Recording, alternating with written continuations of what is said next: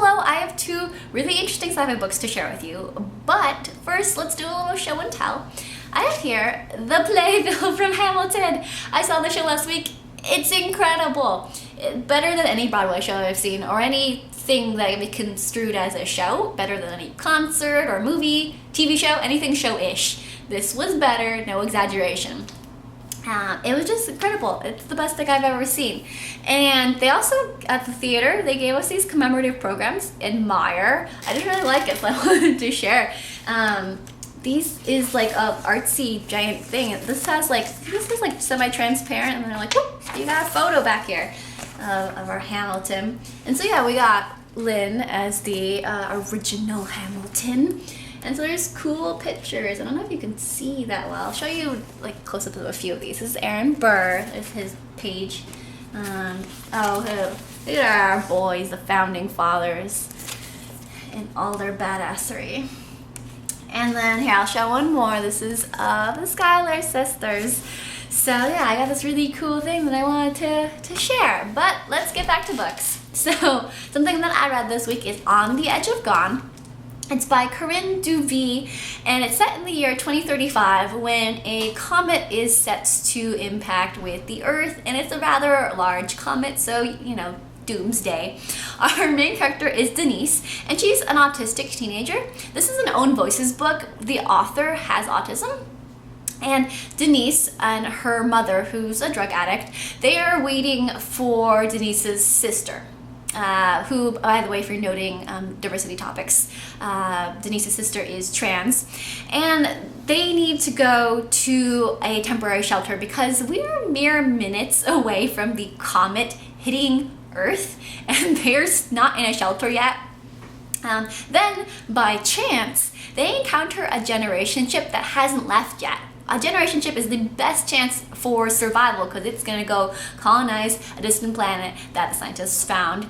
And so staying on Earth is just really dangerous because the comet is going to make the Earth rather unlivable for a few years.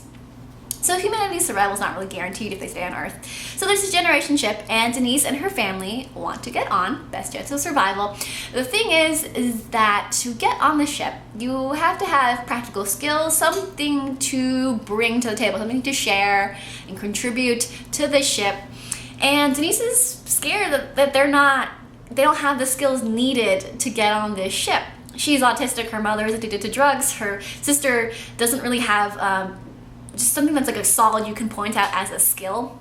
None of them do really. And so the big theme of this book is what's valuable in humans, what is more valuable than other things, what matters the most, and the choices that you have to make in scarcity. There are other really interesting themes about survival, about luck, about the price you pay for choices, about sacrifice. There's a lot of really great stuff in here. And what I think I found the most interesting is where the themes went at the end of the book. I don't want to spoil the end, but they reach a point that I don't see brought up often in literature or anywhere else. And it's something I don't see often but resonates with me, so I really appreciate where this story went throughout and where the discussion ended up at the end. And I think what really helped the story get there is the structure, the limited time of where this is set. I think that a lot of books that are kind of apocalyptic would have, in this world, focused on the ravaged Earth after the comet's impact, the post-apocalyptic landscape of the Earth, or it would have focused on a story about the journey of the generation ships going off and trying to colonize a new place. However, this book, the entire thing, focuses on the moments before the comet's impact and then those first few moments of the apocalyptic event. It's a very, very specific moment, which I think really helps the book, makes it unique, and I really enjoyed that. So overall, I think Denise is a really great character. I think her point of view is fresh and engaging. I like the writing. It is enjoyable and fast. And overall, the themes I mentioned, I really love where they go with those. So I highly recommend this book. The other thing I want to mention is World's End. This is a book by Joan Vinge. It's the second book in the Snow Queen cycle / series.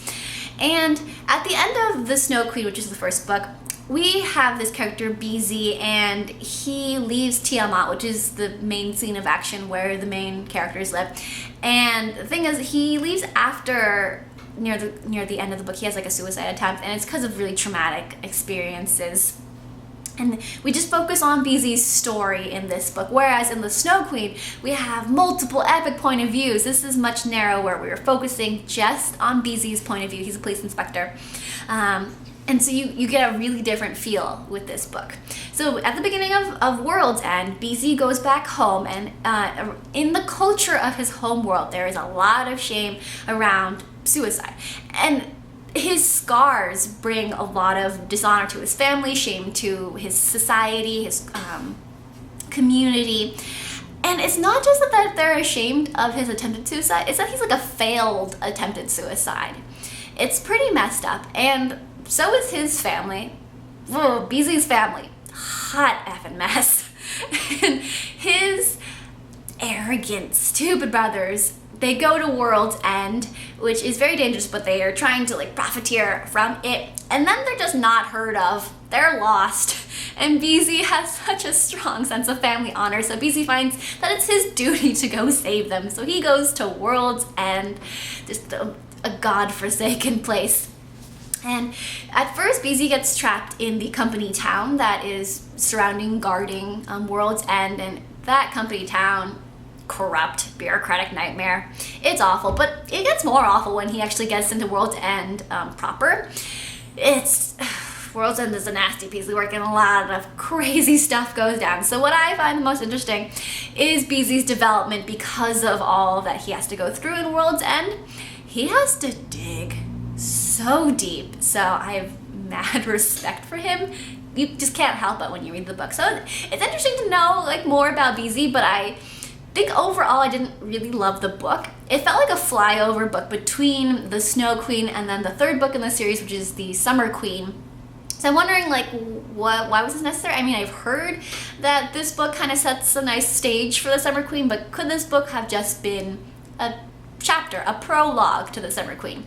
I'm not sure. I'm going to read the Summer Queen soon, but I wasn't that impressed by this book. It wasn't bad, but I didn't love it. But anyway, I read really good books this week. I hope you enjoyed hearing about those two. Till next time, my lovelies.